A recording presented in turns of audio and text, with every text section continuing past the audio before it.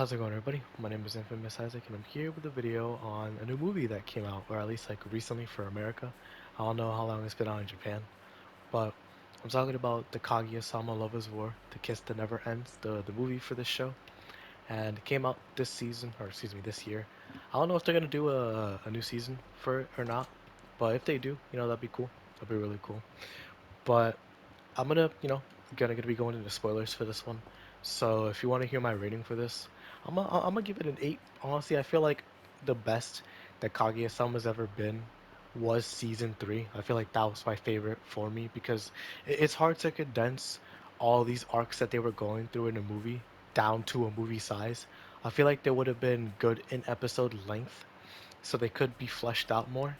But in general, what they did with the movie, they did decently well. I feel like while some things were sacrificed, maybe they could have fleshed out things more. At the same time, they did what they could with the movie, and that's all that matters, right? Because it's like an hour and 30 minutes around there, so it is what it is, right? But overall, it was a good movie. Without getting into spoilers, the music, the best part of the movie for me, it was genuinely so good. The voice acting was great. The animation was great when it was great. When it wasn't, it was normal. It was good because it's a rom-com slice of life. Expect not that much effort, but when they get it, like when they give it to you, they really give it to you.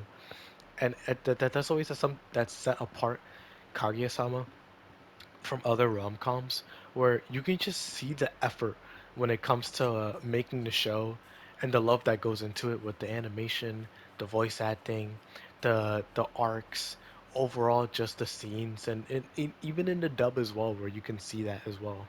You can see how the love for it doesn't just extend for the Japanese audience. So that's really cool overall. If I had to give it a rating, it would be an 8 out of 10. But that's my non-spoiler review. For spoilers, if you don't want to hear them, then by all means, this is your cue to leave. Thank you for watching. But if not, then stick around. Maybe I'll surprise you.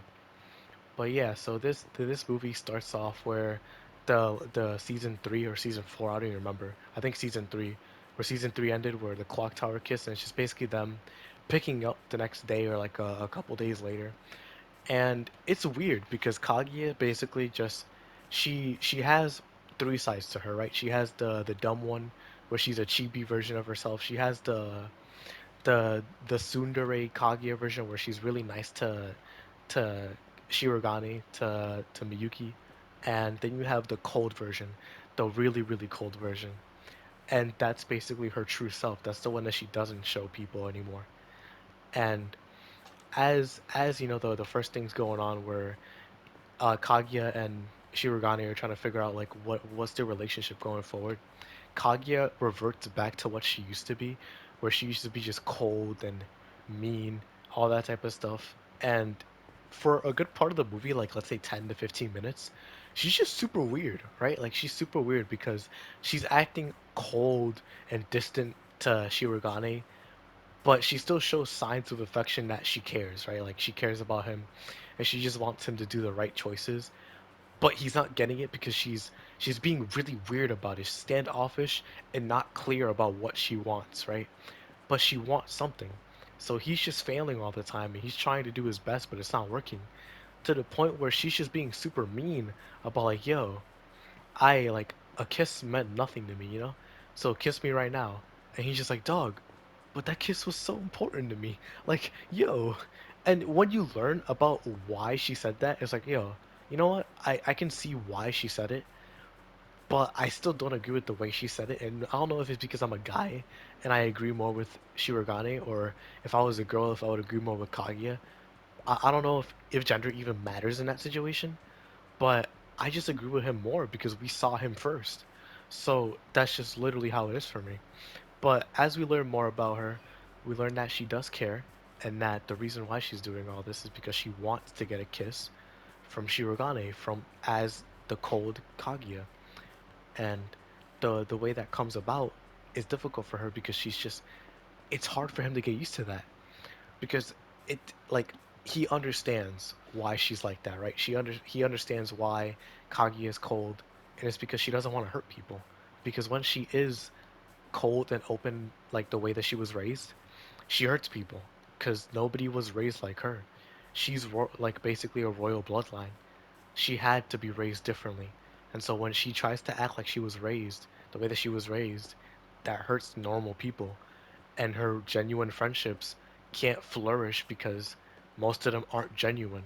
Most of it is for personal gain or because somebody was forced to, or they're too scared to. So that's why she was usually alone in like her first year.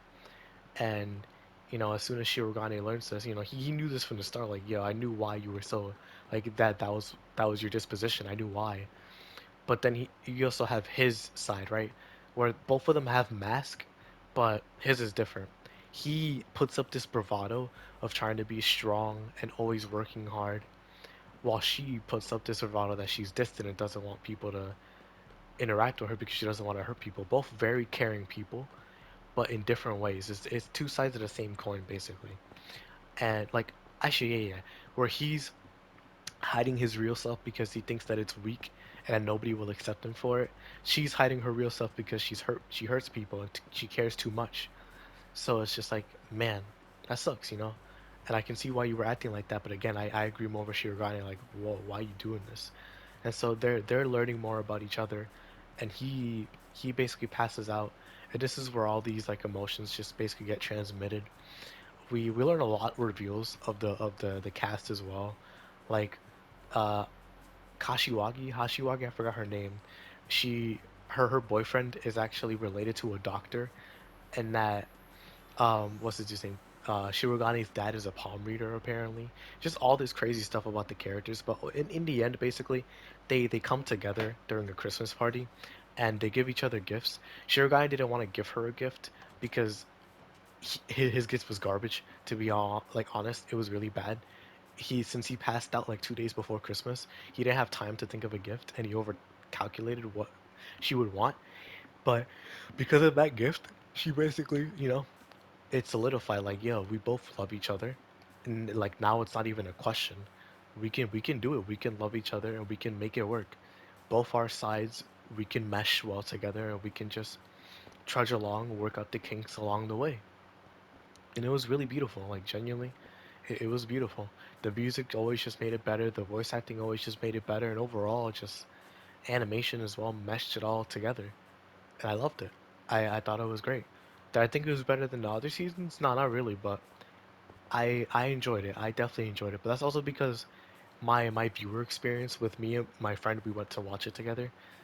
We got pretty bad seats, so that kind of hindered my enjoyment of the movie a little bit. But as a piece of entertainment, I still enjoyed it. It wasn't bad at all.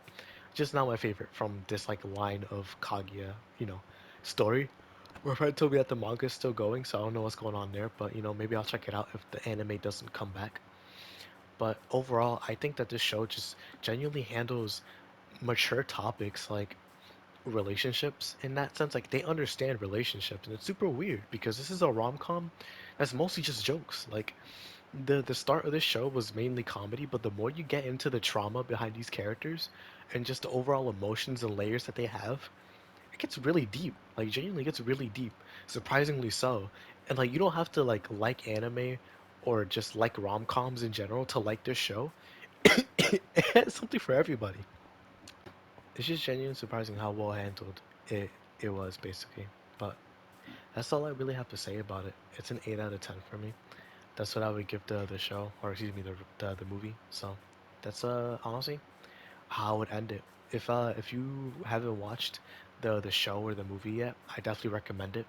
Really good show, really good rom-com, one of my favorites like of all time.